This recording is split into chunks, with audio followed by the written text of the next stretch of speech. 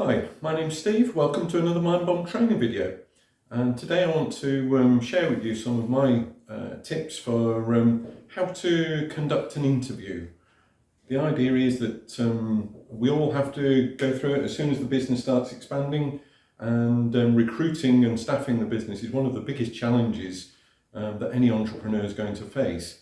So it's worth giving some consideration. It might not be for the HR professionals out there, but from a real world perspective, having done a number of interviews over the years, then I think it's worth just trying to break it down a bit and look at how you can prepare yourself and how to conduct a reasonable interview. So first off, it's easy to fall into the trap for many small businesses that the boss tends to end up recruiting people similar to themselves. So first recruits often come from friends or family, and it's very difficult to avoid that situation. But as you get more further down the line, more progressive with the business, then you've really got to start looking a bit harder at the recruitment process and exactly the sort of attributes that you want in the people. First off, you've got to understand what you're recruiting for.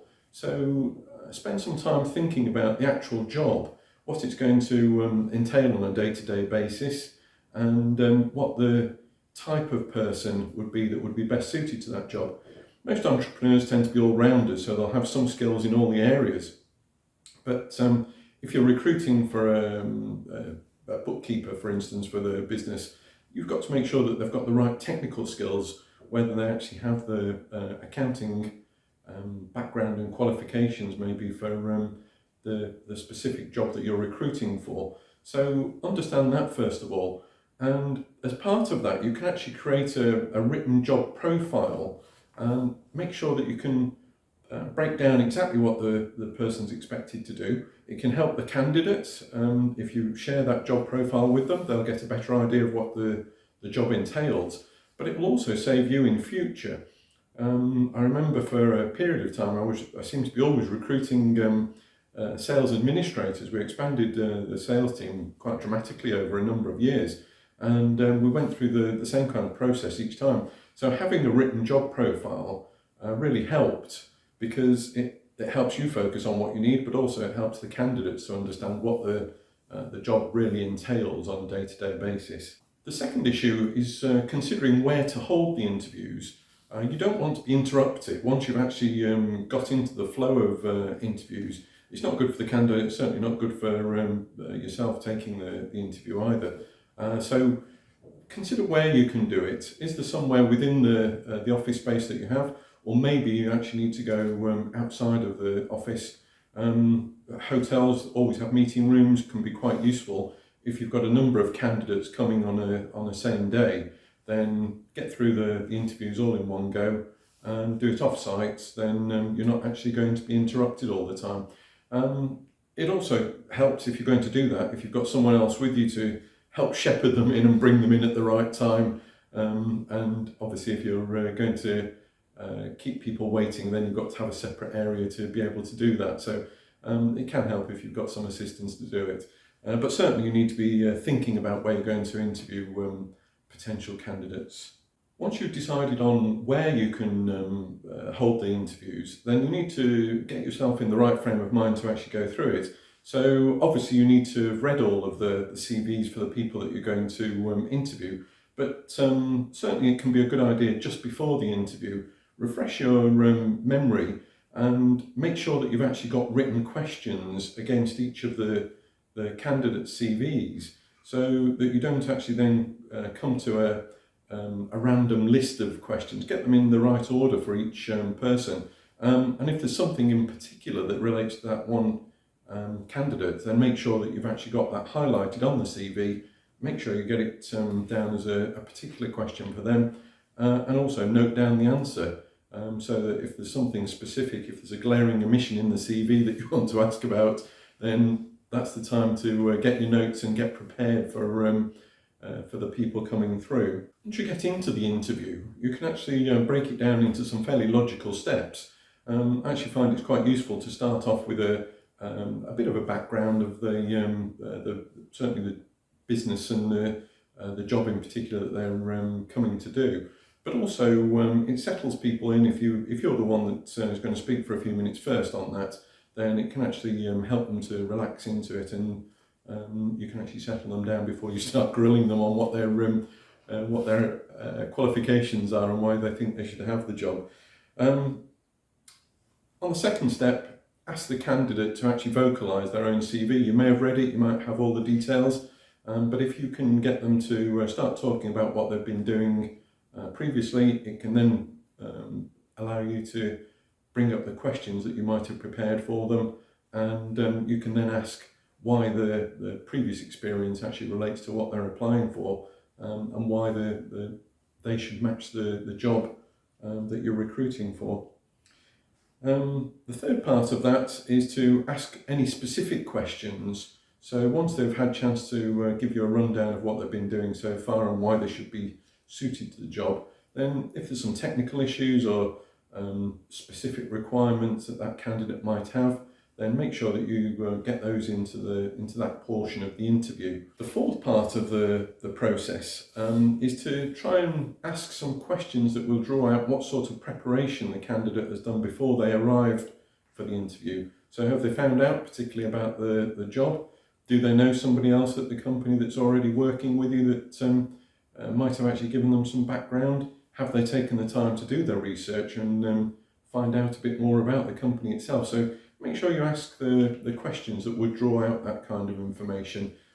Just see how prepared they are, and obviously whether they've actually done their background as to what the job entails and how it might suit them. As you get a bit towards the end of the interview, then the other thing obviously they're going to want to know about is the remuneration package, what they're actually going to be entitled to over the course of the job, any training periods that are involved, all of that kind of thing. You've got to outline that as you get more towards the close of the interview. And then at the end, give them the opportunity to have the final say with any questions that they should have prepared. Again, it can be a good indication of the candidate as to what kind of questions they're coming back with. Obviously, you'll have sketched out something about the role that they're applying for, and they should have already done some preparation. But it always impresses me if they've actually got a thought-through list of particular questions for you that might relate to that job or the company or the future direction, whatever it is, then make sure that you get that in towards the end. Just to be clear, steps 2 and 3, the part where you're actually asking them to vocalise the CV and run through the questions that you've got for them, that should be the biggest part of the interview. You don't want to spend too much time talking about yourself and the company and everything else at the start. That's literally just a couple of minutes to get things settled and rolling. But the biggest part of the interview should actually be that discussion about what they've been doing, how it matches the job that you're actually recruiting for, and make sure that is the sort of 80% of the interview itself.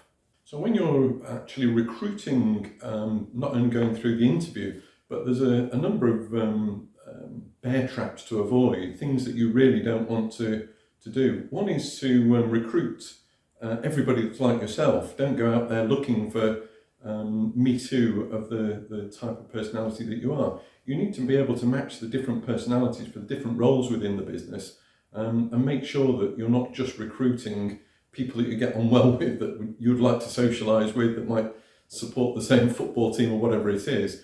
What you've got to do is get away from that and make sure that you're actually looking for particular personality types for the roles that you're recruiting for. And when you actually get into the interview, once you've actually got them settled down, don't focus on what you're saying. You don't want to talk too much. If you can focus on what the other person's saying, really you should be listening for most of the time, and making notes. Make sure that you've actually got the information noted down and refer back to it afterwards. You can actually double check that way. If you're doing a dozen interviews in a day, it can become very confusing about who said what about the different aspects of the role. So make sure that you take good notes as you go, and you can actually refer back to it. Another bias issue that you need to avoid is the last person bias. If you have a series of good candidates, and they can all be fairly similar, has been shown is that psychologists have actually shown that a number of us have a last person bias. So you're likely to remember more about the person that came into the interviews last than you do the one that came in first. So just make sure that you're not actually putting too much weight or too much emphasis on the things that you discussed with the last person as against the things that you started out discussing earlier in the day. So avoid last person bias.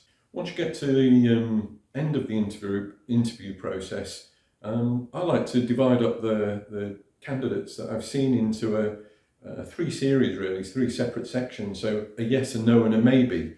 That means that you can sleep on it overnight, but you've already done part of the work for the definite no's, and then the pile that might be in between, and some of the potential yeses. So take a day or two just to sleep on it and make sure afterwards, but have that pile already done, because that way, once you're decided, you can then deal with them much more quickly. And in fact, the very next day you can probably notify the candidates that you don't want to take on. Then you can get that section out of the way first, and then you've only got a relatively small number to run through yourself. Another alternative, really, for if you're not comfortable with making the decisions for the types of job that you're recruiting, is to actually run psychometric tests. These take all sorts of forms, but the idea is to, from a series of random or apparently random questions, things like whether you'd prefer to be a bishop or an admiral or an army officer or whatever it is, then those kind of traits that can be shown up are normally quite illuminating for candidates. I wouldn't say it's the only thing to rely on, but if it's an important position that you're recruiting for your business, it can be a useful extra insight into character and personality traits. So consider psychometric testing as part of the interview process.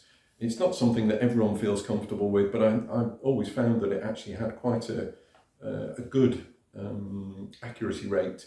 So it's worth considering at the outset, and quite often it's a useful discussion point as well. There's no reason not to share the information with the candidates, and quite often people are interested to see their personality profile. And finally, remember that interviewing is essentially all about people. You don't need to be the sergeant major. You're not there to put people down in any way. What you want to do is make them feel comfortable and give them the opportunity to show their best in terms of what they've done and hopefully what they can do for your business.